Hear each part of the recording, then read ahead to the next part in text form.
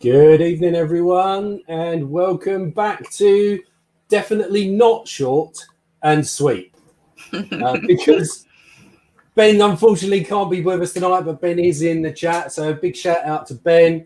And Ben's resting up and trying to deal with some backlash of some weird virus that's going around or something along those lines. So he's doing his best to get back up to speed for us. But Rachel, who is our, let's say, our favourite explorer of Short and Sweet so far, has very kindly agreed to come along and be Ben for the day. So how you doing, Ben? Yeah, I'm good, thank you. Managed to park the bus in the background, so hopefully it won't come sort of driving on past. Brilliant, fantastic, and really excited for tonight. Like I say, it's been a while since we've been on because we took a little bit of a break. Because we've been going right the way through since March, which is incredible, really. And I was thinking only just earlier as well that it was quite funny because the last time I was on, we were looking at tour creator and expeditions. So yeah, perfect timing. Absolutely. Who better to have on than yourself? And of course, we've got joining us as well the lovely Louise, all the way from Scotland. So let's bring Louise on. Hi, Louise. You're on mute in a minute. Here we go. Hi, Louise. Hi, everyone. How are you?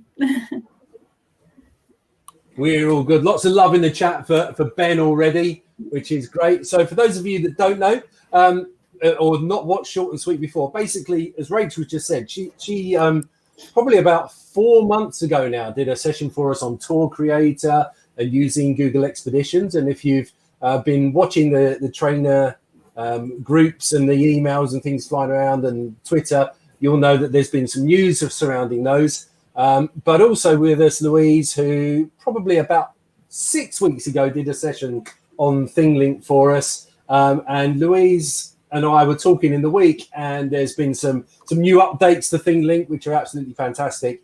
And we just felt that now was an opportune time to kind of revisit that to see what we can do to help out those people that are worried a little bit. So I'm just going to not say very much more other than hand over to you, Louise, because you're going to take us through Thinglink from the starting point with a free account, right?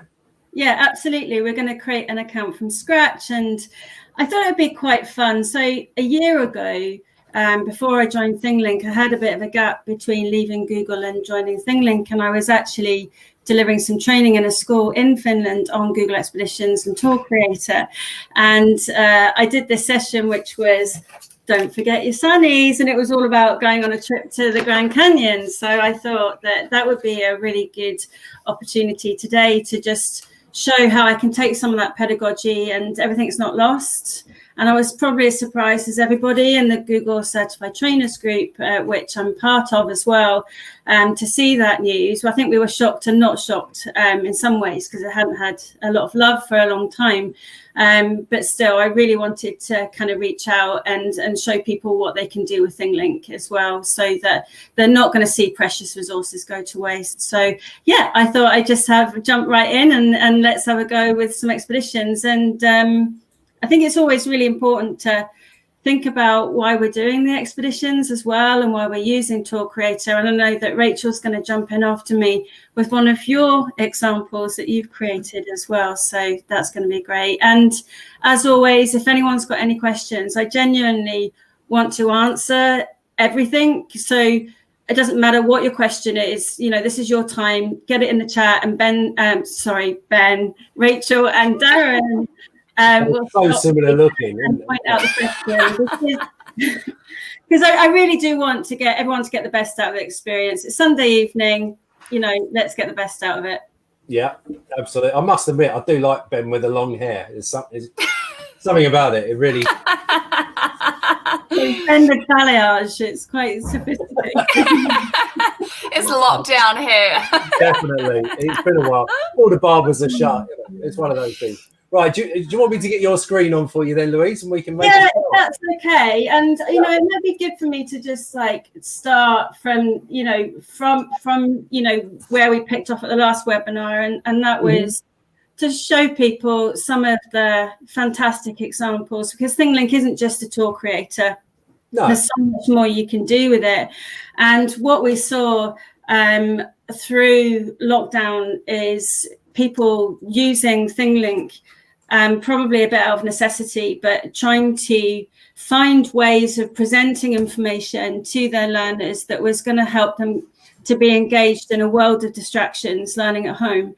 But also at that time, what we were hearing is that parents and carers were saying, whoa, this is just too much. You're feeding us, do this, do that, do this. And we're kind of overwhelmed. And Rachel's made a really good point that, having everything in one place can be really valuable. So that was one of the sort of the choice boards and the examples that we saw that were starting to spring out during lockdown. And then what we saw was to people to venture to 360 to create experiences that could be delivered at home. But as lockdown started to kind of slowly wind back up into kind of transition into the classroom again, teachers suddenly found that they were at the front of the class again when their instincts for so long was not to stand in front of the class and just talk, but suddenly they had to revert from active learning and being amongst everyone with a mask at the front of the class. But maybe there was a bit more tech, so they could actually then start to think about how they could design the learning that can be used in the classroom and at home, wherever anyone was. So anyway, that's my kind of blurb over. But for those of you that don't know Thinglink has been around for 10 years. And in 2016, Thinglink launched their own tool creator with 360. So it was the original tool creator. And being 10 years old, there's been a lot of developments, and a lot of people started using Thinglink and then maybe kind of drifted away. But since then, there's been a whole bunch of new upgrades that maybe people don't realize what they can do. So I'm just going to show you some of my favorite ones that I saw in terms of the choice boards. And this was one of the first ones we saw that was from Laurie in Texas. And she suddenly found that having everything aggregated in one place would really help her students. But what she realized is that she could build in so much more into the tags, like videos, that certainly gave her the opportunity to be connected with the students. So as you can see, you've got all of these links, and with Thinglink, you can make custom links as well. So she's got blue pens and red pens for different types of activities for differentiated learning.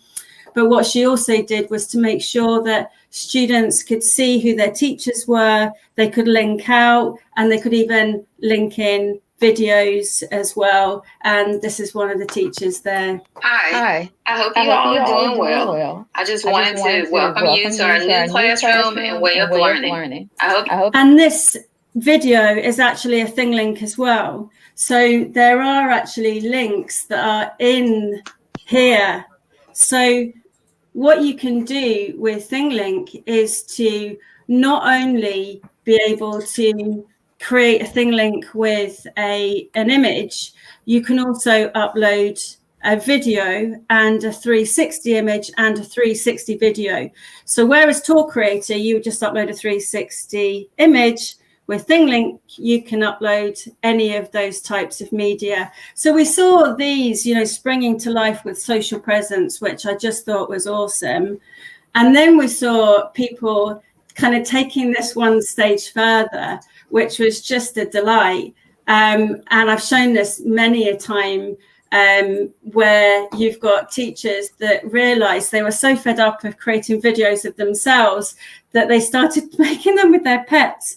And this is a Bitmoji classroom. You've seen a lot of these over the year, but this teacher, Amanda Pickard, she actually got her dog to do the talking. Hi, everyone, brilliant. Travis here. My mum says you are all brilliant at reading and writing sentences. So that's what she wants you to focus on this week. Reading and writing sentences. I can't wait to read. And the whole lessons are introduced by her dog, and that just tickles me every time. And then you realise that Amanda hasn't only just got a dog, she's also got a parrot as well. And she got her Wilson to do teaching the time, and this is Wilson the parrot. If you click on the number 1. Hello, boys and girls, and welcome to my mic. So what you'll see there is, and this is development number 1 that I wanted to show you, and that is a few weeks ago we introduced a new feature which is in-tag video controls. So these weren't there before. So now you can stop and play, of course, the video clip from the teacher or whatever in the tag. And you think about that for instructions or learning a language or even sign language in the tag. And that gives you even more opportunities. So lots of really, really nice ways of being able to use Thinglink. And then, of course, what we saw after that, which was when people started to really explore the potential for 360. And I'm just going to show you this one, which is the virtual tour, which was created by Pennybont Primary School. And what they've done here is they've got their 360 images, which they have taken with a 360 camera. But what you can also use for the moment, which I'm pretty sure isn't going away, is you can use the Google Street View app on your phone to take 360 as well. You just have to make sure that you've got all your images. And then what they've linked them to do together is to create the tour.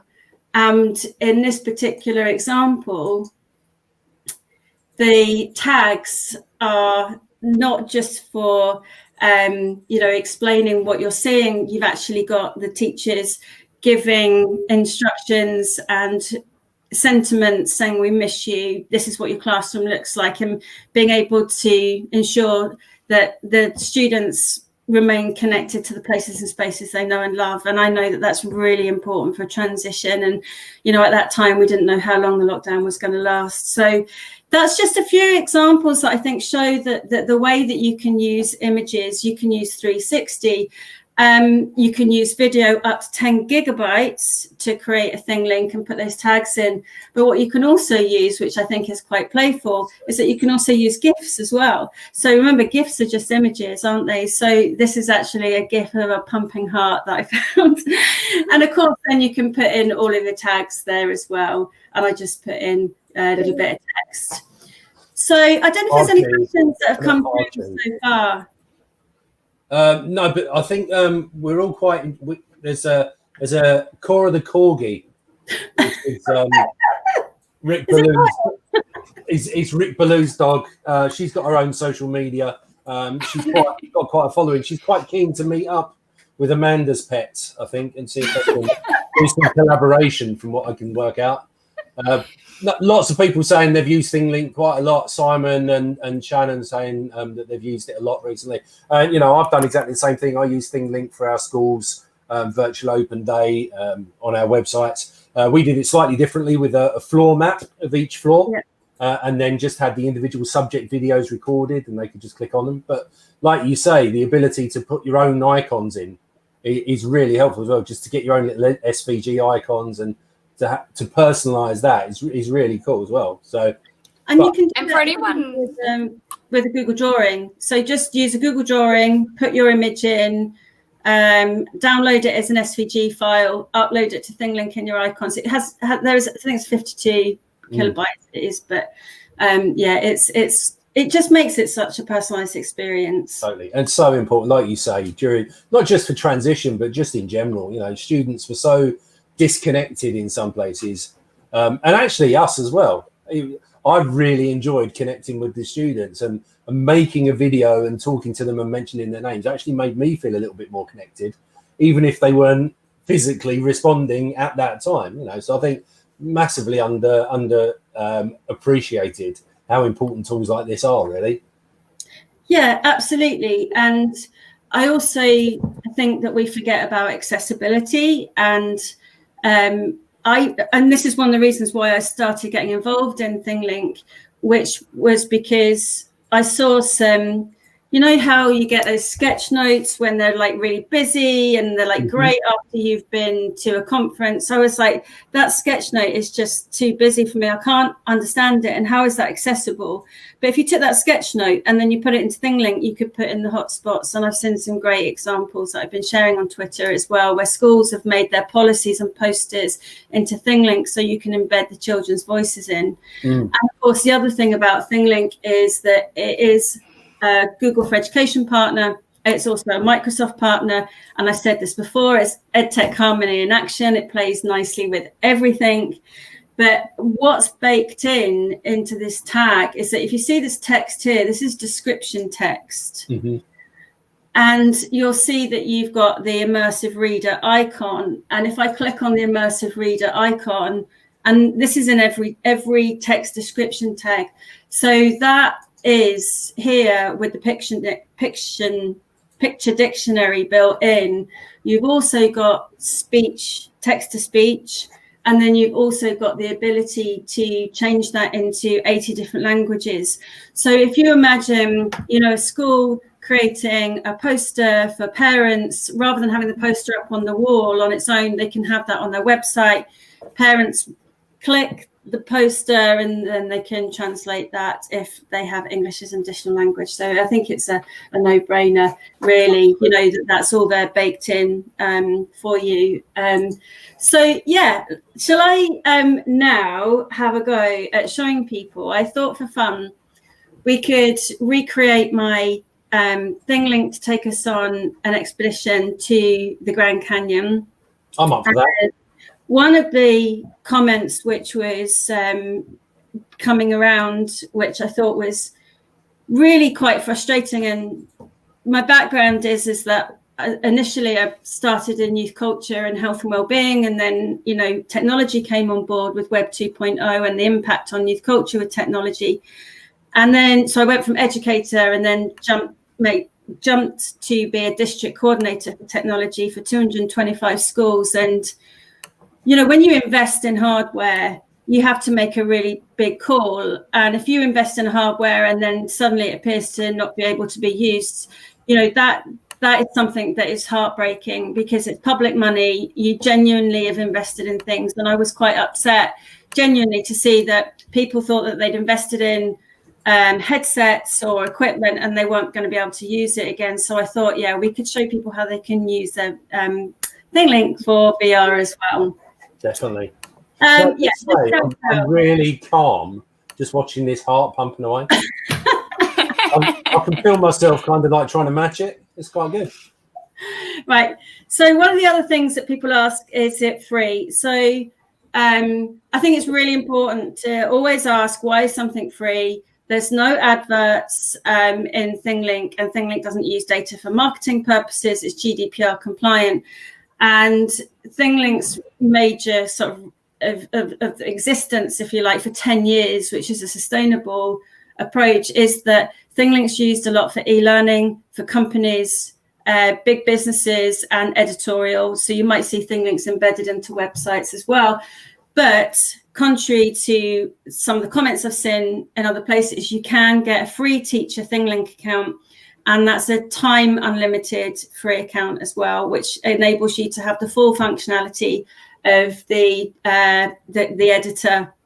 Okay, so I'm going to go to start now. If you want to create a free account, you can go to thinglink.com/edu, and I'm just going to create, and I'm going to call it dummy LJ at thinglink.com.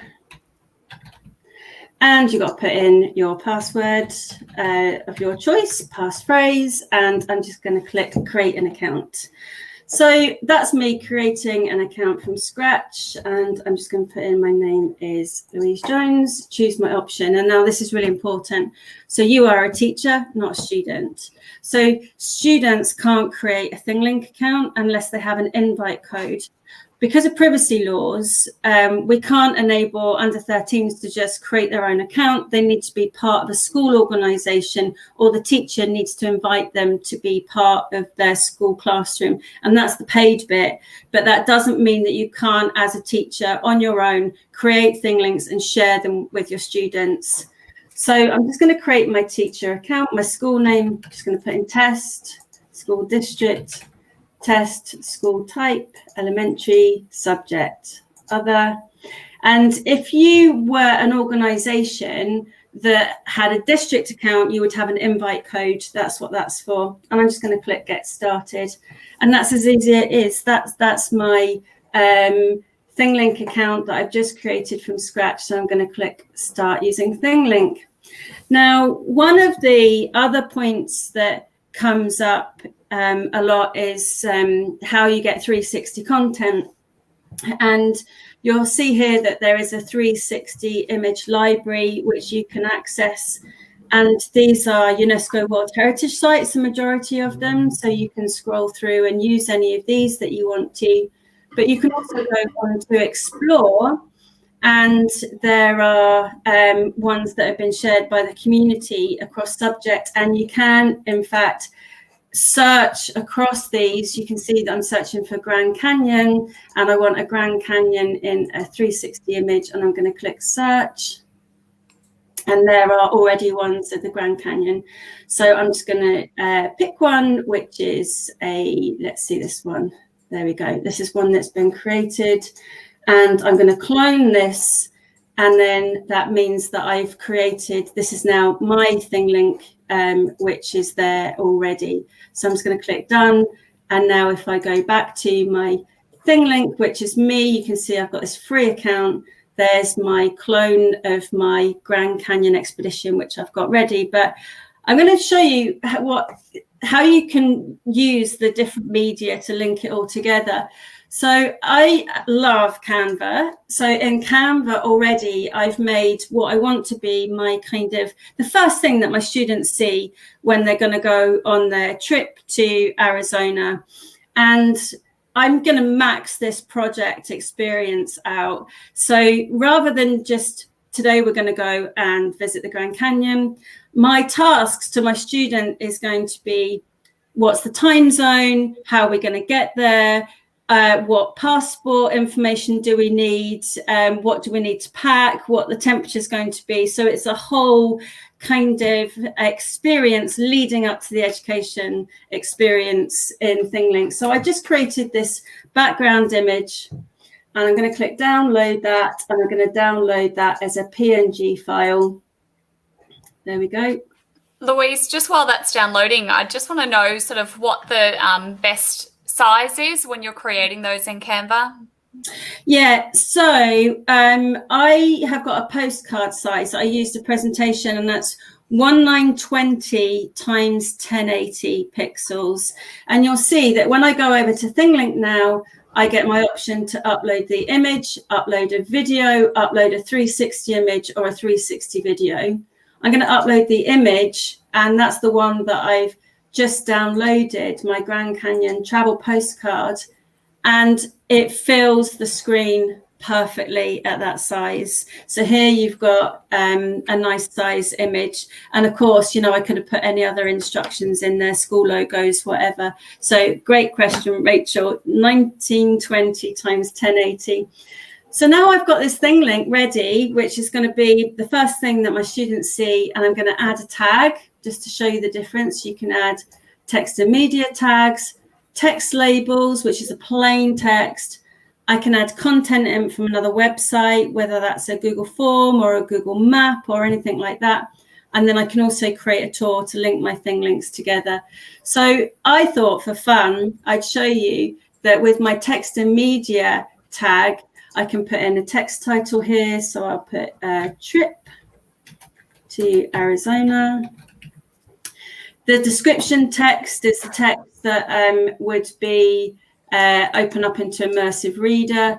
So I've just got that ready to go there. And I can also add in a button. So I might want to put in a link to that Wikipedia page. First of all, you can see that it's got the actual URL, which is Wikipedia, but I can say click here for more info. There we go. And you'll see underneath here that I can actually add audio. I can speak directly into it. And that's a really nice new feature, because that means I don't have to record my voice on another third-party app. I can just record directly into the Thinglink here, or I can upload an MP3. But I can also, as you saw with the animals, I can upload, and I've just put a little video of me because I want to introduce this to my students, because they're going to access it at home if they're not in school. Today we're going to take a trip. I just recorded that using my Chromebook, and you can, that's not a very pleasant picture, but I can also add in other images here as well. So I just downloaded a few directly from the search, and now I've got a carousel of both images and videos. So this is a text and media tag in essence. And then of course, as Aaron mentioned, I can change that, and I'm just going to change it into a little heart there as well. And that's it. That's that tag done ready. Rachel.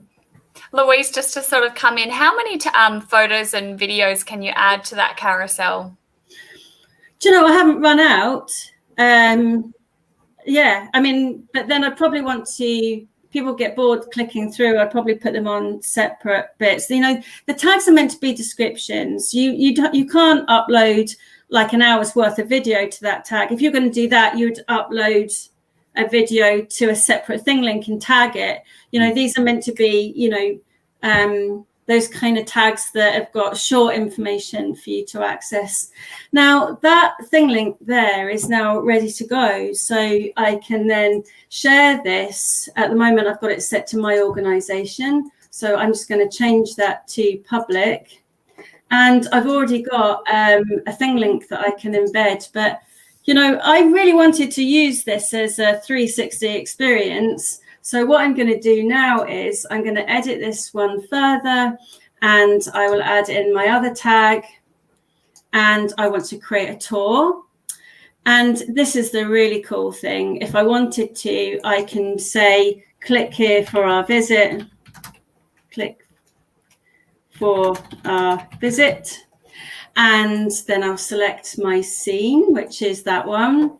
I could change the icon into a play icon, but this is shiny, sparkly new. You can put in a conditional transition, so I could ask a question and they've got to answer the question correctly in order to access that. So I could make sure that they either had a code, a passphrase, or had actually, you know, completed something that I wanted to do. So yeah, that's an option in there.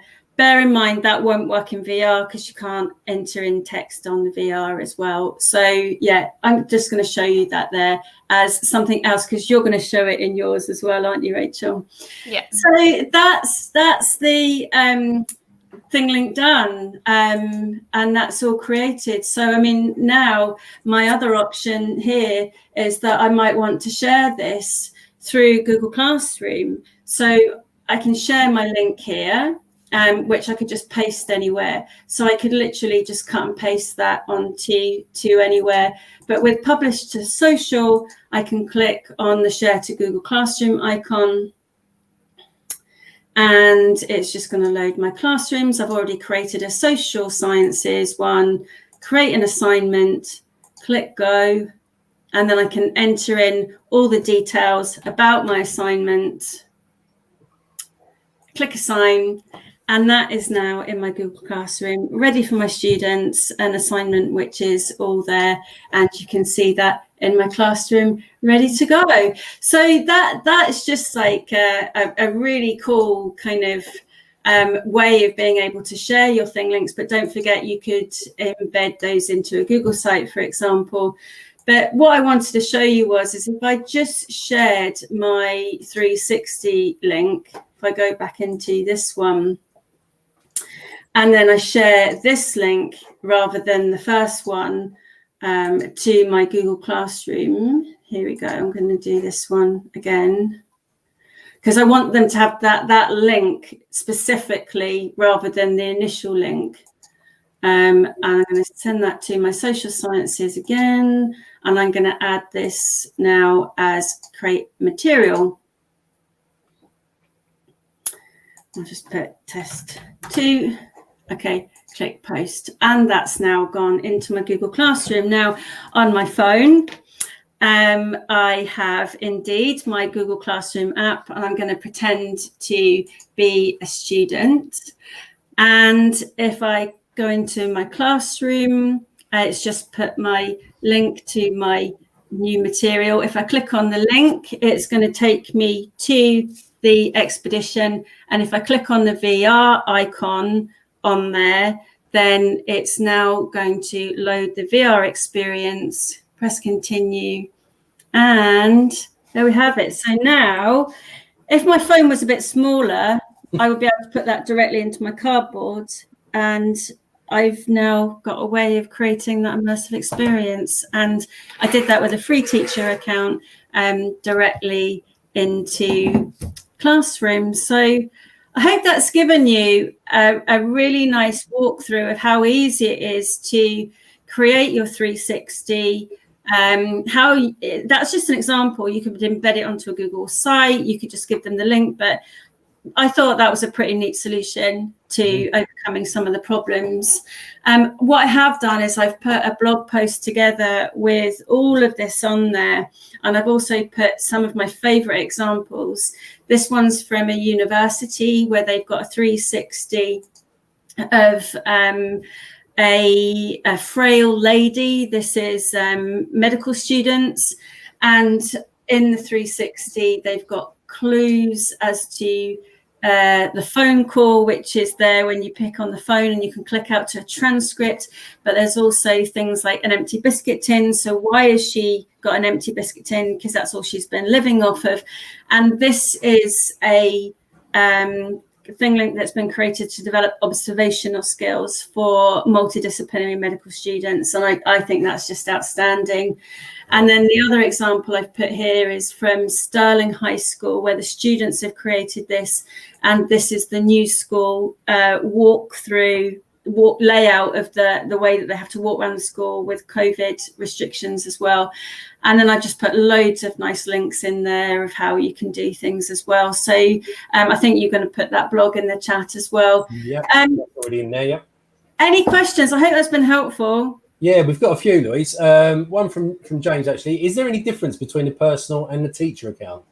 So you can't create a personal account. Thinglink is an education tool. So what I showed you there was the free teacher account. So you can't, it's not like a personal consumer Gmail account and G Suite for Education. It's a teacher tool. It's an EdTech tool primarily. And then, of course, it's used for e-learning. So there's a difference between a teacher account and an e-learning account. And the teacher account is designed for K-12.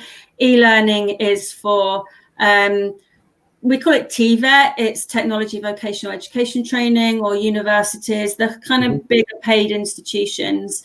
Yeah. But that's the reason why, there's a K-12 account there that's free.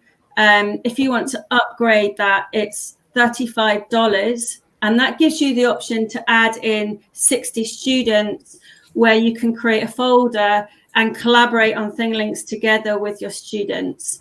And you can give them the Thinglink and then they can clone it. You can't do that with a free account. But what you can do with a school organisation account, which is like a tenancy, it works out £1.50 per user, which is teacher or student per year, or $2. And that enables an admin to hook it to your G Suite tenancy, so they've got single sign-on. But also you can create folders to share amongst students, teachers, and can share with other teachers and work collaboratively as well. And then the other thing about the kind of upgraded accounts is that when you embed it into somewhere, that's what costs Thinglink money. So if you embedded it on a website, for example, that's where you get the page loads, which are the views. The views are not what you send me do just there and push it out via Thinglink. But if it's embedded into a website, then that counts as one view. And a free teacher account gets 1,000 views. The upgraded account gets 12 100 views, 12,000 views, and then you get unlimited views for the school district account. So it's pretty kind of reasonable. And again, I would question the sustainability of something that's completely free. You know, you've got to cover costs. LTI with integration, just send the question from Stacey. Yeah, so it integrates with your LMS. So it integrates with Canvas, Schoolology, Blackboard, Moodle, all of the big LMSs, because it's got LTI, which is the interoperability with those LMS systems. Brilliant. And that $35 that you mentioned, that's an annual charge, isn't it? That's an annual charge, yeah. And I have offered a free upgrade to all Google certified trainers and to Microsoft Innovative Experts and to Apple Distinguished Educators. And we've got forms, and up to date, we've upgraded free of charge when I last looked, it was like 380 Google certified trainers to give them the opportunity to try things out. And that student creativity is the big part about that. But there might be a Cyber Monday sale coming on that $35. Maybe next week. We'll talk later then, Louise, shall we? Yes, and then the only other thing that I was going to show you is that, you know, Thinglink genuinely responds to the feedback. And what we did get a lot of feedback from this year is when people were creating virtual tours is to bulk upload 360 images. So if you can imagine you're in a school and you've taken 60 images of your 360, you can now bulk upload those 360s all in one go, and you can do that with our brand new interface. And if I just go back to Thinglink at the start and go to my welcome page here, you'll see that you can also go to our help, which is our support. And here is a link to try out our brand new interface, which has got bulk 360 upload, and it is pretty clean, it's quick, it's slick, and it's called Sima because it's based on a Finnish lake. Other people have sweets and lollipops and things. We have Finnish lakes because Thinglink was born in Finland. Anyway, enough from me. I'm going to hand over to Rachel now, unless there's any other questions. Not at the moment. There's lots of people saying thank you for the upgrades for the Google trainers. It's great. It's brilliant. And I know you've had quite a lot of people take that. One thing I did want to just double check, Louise, when it comes to uploading the 360 images, they have to be a 2-to-1 ratio, don't they? Yeah, they do. And there's a really nice article about that on our help as well. So if you go on to creating and publishing Thinglinks, here's one, how to capture 360. So how to use your Google Street View images, Google Street View app images, but what you can also do with your 360. And there's a really nice article about how to convert them to make sure that they're all in the right settings as well. And there's also advice on there if you want to use Class VR. So we partner with Class VR, so you can push these directly to all your headsets with the Class VR app, if some schools have got Class VR. And there's also instructions on how to use Oculus and HTC, other headsets. Not my thing. I haven't done those yet, but I can use my good old cardboard. That's great. Thanks so much, Lucy. We're going to swap over to Rachel, are we? Yeah, so I'm going to come in and I've got two examples to share. So I'm going to go into my Chromebook guide first. And I think sort of one of the big things for me, sort of having used Thinglink for quite some time, is just to be able to put everything that I need in one easy to find place, not just for students and teachers and parents as well, but just so that it's more, you know, easy to find everything that they're looking for. And I think one of the biggest benefits of Thinglink as well is just that ease of being able to embed so much content. So you'll notice that on the side here, these are direct links and embedded of Wakelet. You can embed a Kahoot. So if you want your children to go on and play a Kahoot quiz, you can go in and do that. It integrates so well with Flipgrid as well. So there is just so much. You can see them all on the side here, and I'm sure there's more. This was just sort of a bit of a starting play, but I wanted to create something where people could have a quick guide to using their Chromebooks. When we started to roll them out, we noticed that there was a lot of problems.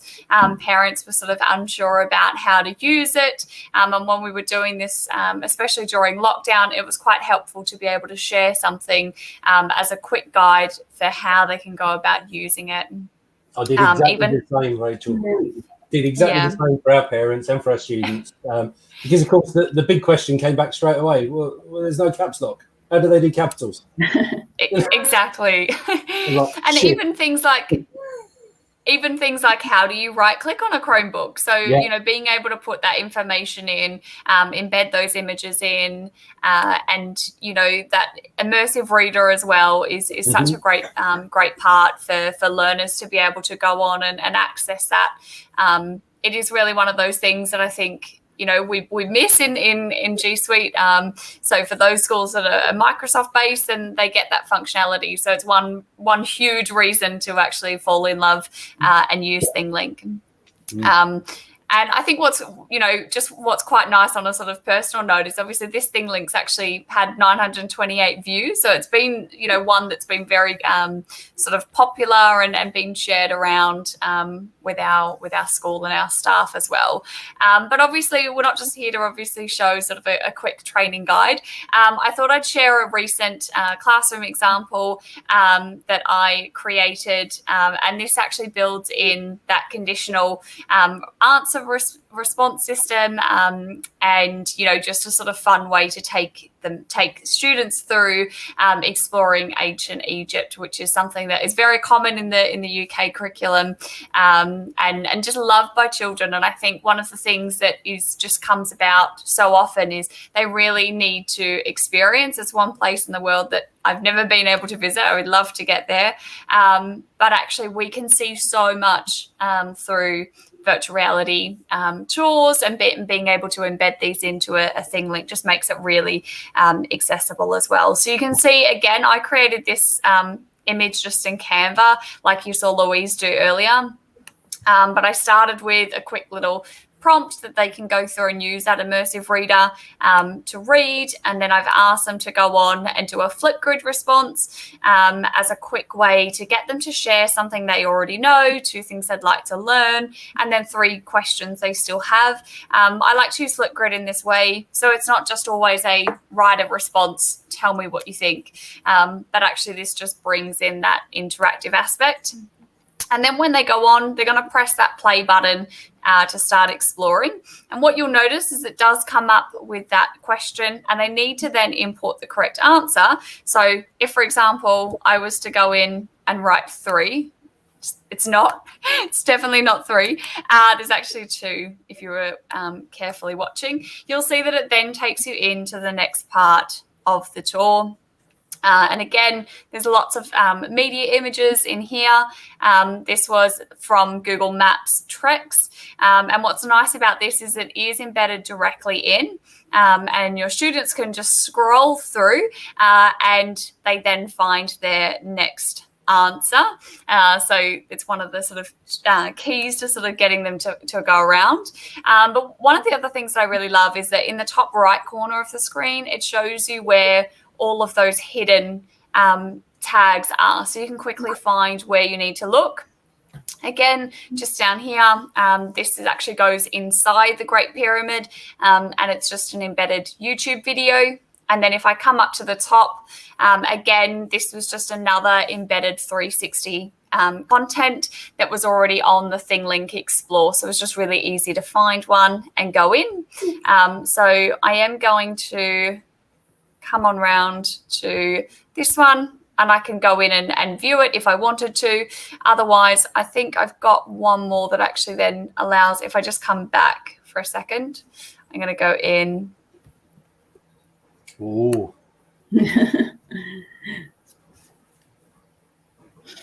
I've lost my point that takes me through to the next section?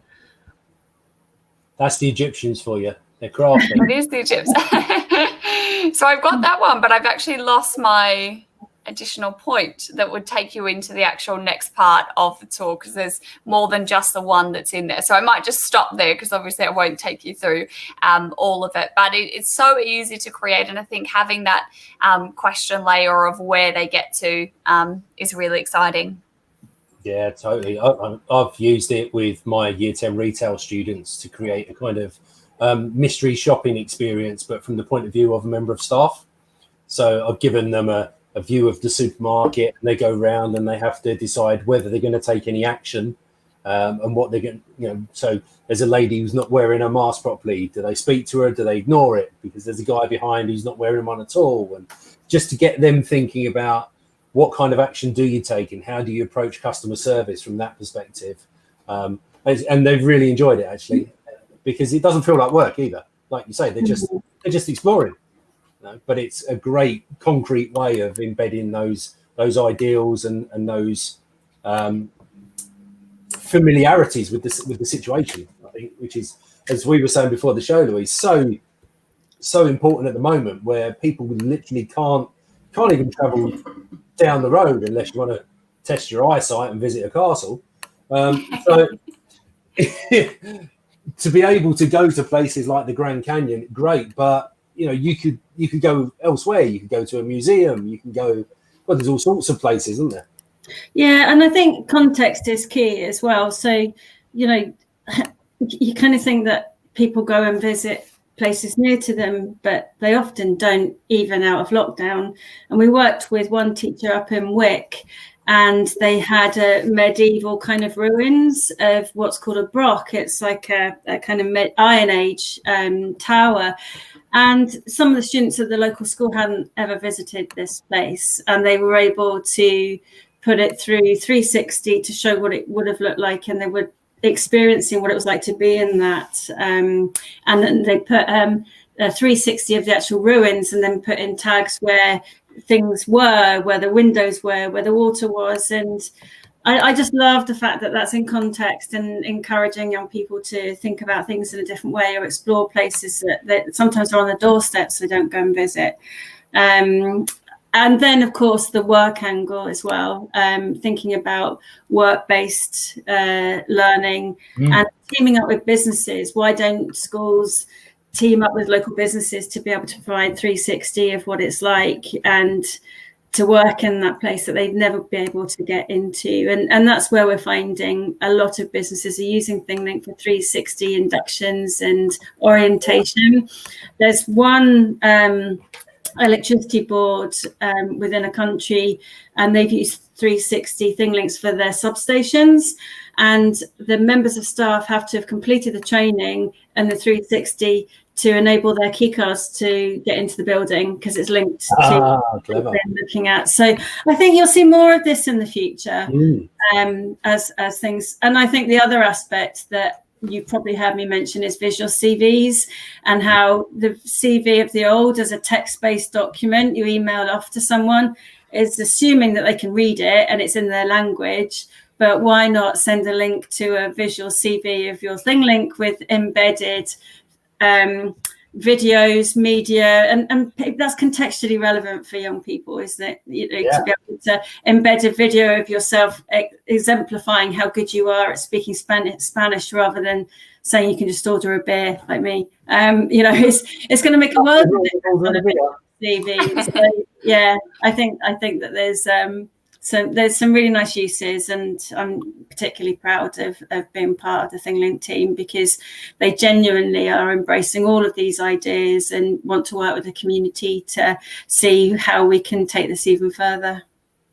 Yeah, no, I mean, it's absolutely fantastic. I'm so excited. Like I said, I used that conditional transition almost immediately as soon as it went live, and just so much fun kind of thinking about how you could get it to work, and that in itself kind of reinvigorates us as teachers as well at the same time, because it's a new challenge for us, and everything's new at the minute, and some people understandably are a little bit blimey one step at a time, but as Rachel, you were saying earlier, the fact that this is all in one place just makes it so much easier. And if you've got reception kids, you've got year 1 kids, you've got year 2 kids that aren't very good with the computers, or parents aren't very good, just being able to send them one link and say everything's there.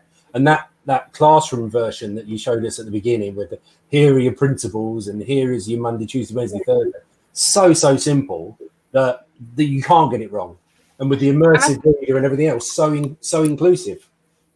And I think what we've seen is, so many teachers have jumped on the Bitmoji classroom, and whilst it's great having all of those things linked and it looks great, looks fun, I think having that extra layer of embedding content directly in, so children can just watch those videos and they can complete a quick Google form check-in, or they can go on and do a Flipgrid response. Having that directly embedded in means that parents, children don't have to go and access another link, find where they have to go. It's already directly embedded, and things like Google Forms just embed straight in. And then as a teacher, you're going to get those immediate responses, but equally, that your children don't have to go to 101 locations. Absolutely. I mean, I've been having a conversation with our head of technology. We've already decided we're going to take 360 photos of the workshops. And then when they do their initial classes with year 7 next year, they're going to give them the Thinglinks and basically say, look, you've got to label things. What are they called? And are you allowed to touch them without me there, or aren't you? Do you have to wear goggles or don't you? And all this, so that they're actually producing it for themselves as well, which I think is brilliant, because they can then explore the workshop before they even get into it. Which, and I think, I think one of the other great things is that it's so easy for children to clone those Thinglinks as well. So we were looking at oceans, and I set up a template for them because I thought, do you know what, this is going to be much easier if they just clone my one. But then they were then set with a challenge to actually go and replace the background on that template, go in and drag all of the tags that I'd set up for the different places, and then decide, does that coastline actually have a cave? Does it have the part of the beach that comes around? And they had to go through and drag and decide which ones they needed to annotate. So it was a really exciting lesson to actually get them to take one that I'd set up, clone it, and then customize it for their own. I think that's a really important point as well. Is that it's super easy to change that background image. It's not like once you've created it, I've got a load of work to undo it. You can just flip that background image and keep all of the tags if you want to, or keep some and move some others, or just edit them. But it literally is just a replace image, isn't it? Yeah. Super easy to use. Yeah. Brilliant. There's loads of great comments coming through in the chat, and lots of people. You see, I know you can probably hear them as well, the cogs turning and ideas, and people talking about going off and talking to their departments and other departments as well, and FE learners and choice boards, and fantastic. Really, hopefully it's given people lots of ideas and a way forward, both with the VR stuff, but also in terms of that creative and curious part of the curriculum, which I think is so important and sometimes gets overlooked, particularly at the moment where I'm in charge of school trips, which is the easiest job in the world at the moment because no one's going. It's brilliant. I haven't had to read a single risk assessment or anything, but the kids are missing out on experiences, and they don't have to. It's not going to be exactly the same, but actually it could even be better, because they might be able to go and do things, like you say, that they would never do otherwise, and places that maybe they wouldn't go because, as you say, it's so local. They actually get to find out about, and that might encourage them to go local, and then we can, improve the local economies and things like that as we're going along, which is going to be so important moving forward. So, absolutely superb. I'm really, really very appreciative of you both coming on and showing us what we can do with Thinglink in light of those recent announcements, and also Rachel for not smashing the bus up. I think it's still there. It hasn't gone yet. That's great. I've just been out and checked on it. It's fine. So it's perfect. I don't think there's any more questions in the chat. I'm just having a quick look through now. But there's people jumping up and down in their chairs, which is great. There we go. Look, there we go. High school history, getting super excited. Some guy called Abid thinks it's cool as well. So is that A to the B to the I to the D? Yeah, and Ben says, "Don't smash my bus."